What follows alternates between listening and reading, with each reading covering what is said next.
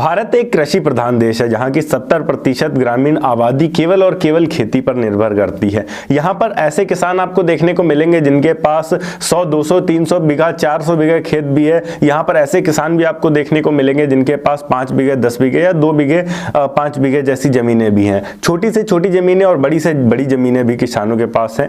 पूरा इंडिया अगर आप कश्मीर से लेकर कन्याकुमारी तक देखेंगे तो खेती बाड़ी में इन्वॉल्व है, कृषि में इन्वॉल्व है। तो यहाँ पर कृषि से रिलेटेड अगर कोई बिजनेस करते हैं तो वो बहुत बड़े लेवल पर चलने के चांस रहते हैं। तो क्यों ना हम कृषि यंत्रों के बिजनेस को शुरू करें। आज की इस वीडियो में हम जानने वाले हैं कि किस प्रकार से आप कृषि यंत्र के बिजनेस को शुरू कर सकते हैं। इसके लिए क्या जरूरी रिक्वायरमेंट चाहिए, आपको कितना इन्वेस्टमेंट करना पड़ेगा, कौन सा लाइसेंस लेना पड़ेगा, इससे आप कितने रुपए कमा सकते हैं, माल आप कहां से मंगवाएंगे, कौन कौन सी चीजें रखेंगे अपने शॉप में, कितनी स्पेस की रिक्वायरमेंट होती है, सब कुछ। तो इस वीडियो को अंत तक जरूर देखिएगा। हेलो एंड वेलकम फ्रेंड्स, मेरा नाम है अनूप सिंह और आप देख रहे हैं आपका अपना YouTube channel. So let's get started. Point number 1, सबसे पहले आप ये आइडेंटिफाई करिए कि आपके एरिया में किन चीजों की रिक्वायरमेंट है। फॉर एग्जांपल अगर आप उत्तर प्रदेश, बिहार या फिर पंजाब, हरियाणा जैसे क्षेत्रों में आते हैं तो यहाँ की जमीनें समतल हैं। यहाँ पर जो इक्विपमेंट्स चाहिए वो थोड़े लंबे, भारी, भरकम या फिर बड़े चाहिए। फॉर एग्जांपल रोटावेटर, कल्टीवेटर या फिर हैरो हो गया आपका, ये ऐसे इक्विपमेंट्स चाहिए होते हैं यहाँ पर। बट अगर आप वहीं झारखंड या फिर छत्तीसगढ़ के कुछ एरियाज हैं या फिर एमपी के कुछ ऐसे एरियाज हैं जो कि पहाड़ी एरियाज पड़ जाते हैं, उन एरियाज में क्या होता है कि बड़े कल्टीवेटर्स इतनी आसानी से नहीं चल पाते हैं, बड़े रोटावेटर्स नहीं चल पाते। हालांकि वहां भी कुछ ऐसे एरियाज हैं जहां चल जाते हैं बट मोस्टली एरियाज में नहीं चल पाते हैं। तो आपको अपना एरिया आइडेंटिफाई करना होगा।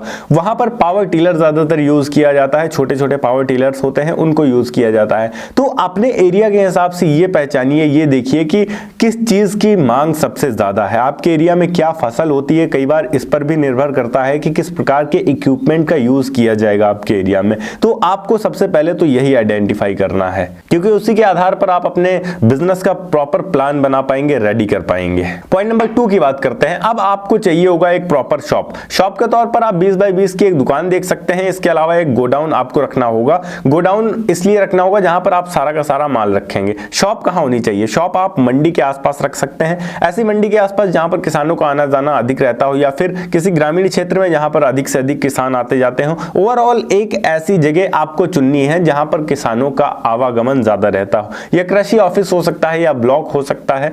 इन सब चीजों के आसपास किसानों का आवागमन अधिक से अधिक रहता है। तो इन एरियाज के आसपास अगर आप शॉप शुरू करते हैं तो चलने के चांस बहुत अधिक रहते हैं। पॉइंट नंबर 3 की बात करते हैं। डॉक्यूमेंट्स कौन कौन से लगेंगे इस बिजनेस को शुरू करने के लिए। डॉक्यूमेंट्स के तौर पर यहाँ सबसे पहली चीज आपको जीएसटी रजिस्ट्रेशन करवाना होगा, दूसरी चीज शॉप टैक्स लाइसेंस चाहिए होगा, और तीसरी चीज आपको डॉक्यूमेंट्स कृषि ऑफिस से कनेक्ट करवाने होंगे अगर आप किसानों को सब्सिडी में अपने प्रोडक्ट्स देना चाहते हैं। पॉइंट नंबर 4 की बात करते हैं। अब इक्विपमेंट्स आप कहां से खरीदेंगे। देखिए सबसे पहली चीज तो आपके पास ऑप्शन आता है कि आप ब्रांडेड इक्विपमेंट्स खरीदें, लाइक जॉन डियर, महिंद्रा या सोनालिका जैसे ब्रांड से इक्विपमेंट्स खरीदें।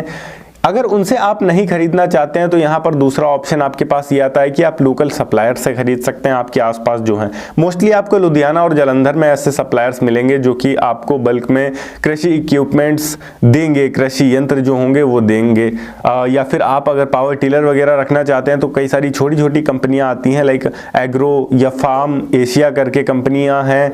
उन कंपनियों से आप कॉन्टैक्ट कर सकते हैं और उनके छोटे छोटे पावर टीलर्स मंगवा सकते हैं, कॉन्टैक्ट कर सकते हैं।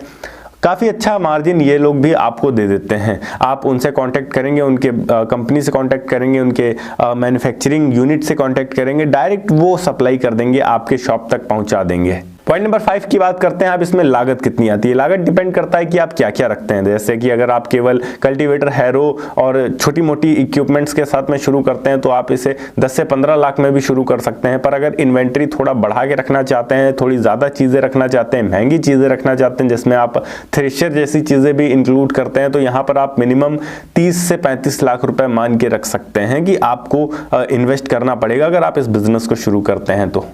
पॉइंट नंबर 6 की बात करते हैं। इसमें मुनाफा कितना होता है और हम सेल कैसे और कितनी कर पाते हैं। देखिए मुनाफा यहाँ पर 20 से 30% मान के रखिए कि हर इक्विपमेंट पर आपको मिल जाता है। अब क्योंकि यहाँ इक्विपमेंट जो कृषि के होते हैं ये काफी ज्यादा महंगे होते हैं, तो आपकी सेल काफी बड़े अमाउंट में होती है। फॉर एग्जाम्पल एक दिन में अगर आपने केवल 2 या 3 इक्विपमेंट भी बेचे तब भी आप 1.5 से 2 लाख रुपए का सामान बेचते हैं। अगर हम यहाँ 20% मुनाफा भी मानकर चले और केवल यहाँ पर आपने 1 लाख रुपए का उत्पाद बेचा है एक दिन में, तब भी आपका जो एक दिन की कमाई होगी वो तकरीबन 20,000 रुपए होगी।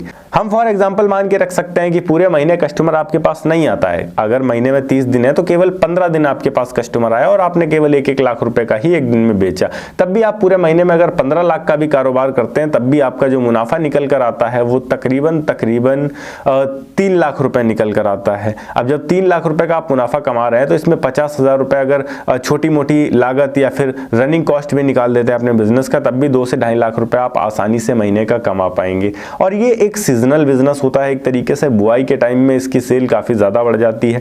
जब धान बुआई का सीजन होता है या फिर गेहूं बुआई का सीजन होता है या आपके एरिया में जो भी मेजर फसल होती है उसके बुआई का सीजन होता है, तो उस सीजन में ये और ज्यादा तेज चलने लगता है, पीक पे आ जाता है बिजनेस। उस समय आपकी जो सेल है वो एक दिन की 10 लाख, 15 लाख, 20 लाख भी हिट करती है, तो उस समय जो अर्निंग है वो और भी ज्यादा इनहेंस हो जाती है, आप और भी बड़ा अमाउंट कमा पाते हैं, पर उसके लिए आपको लगाना भी पड़ता है उतना।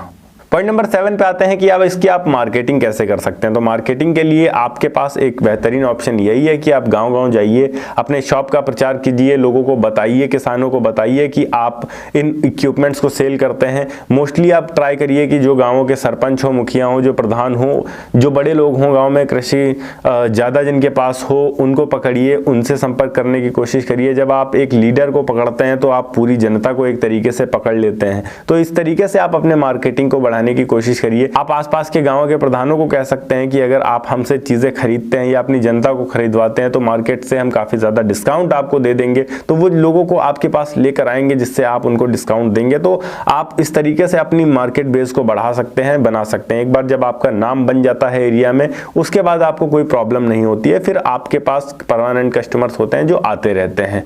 अपनी अर्निंग को और ज़्यादा इन्हेंस करने के लिए आप ना केवल इन प्रोडक्ट्स को सेल करें बल्कि इनकी सर्विसिंग भी देना शुरू करें। ऐसे बंदे अपने पास रखें जिनके पास पूरी नॉलेज हो इनकी, जो इनकी सर्विस वगैरह कर सकें, बना सकें। अगर टूट फूट जाए तो उसमें भी आप काफ़ी अच्छा रिपेयर करके कमा सकते हैं। ओके गाइस, ये थी एक छोटी सी वीडियो कि किस तरीके से आप कृषि यंत्र के बिजनेस को शुरू कर सकते हैं। अगर वीडियो अच्छी लगी हो तो वीडियो को लाइक करके चैनल को सब्सक्राइब जरूर कर दीजिएगा। मैं मिलता हूँ आपको नेक्स्ट वीडियो में एक नए टॉपिक के साथ। तब तक के लिए जय हिंद, वंदे मातरम।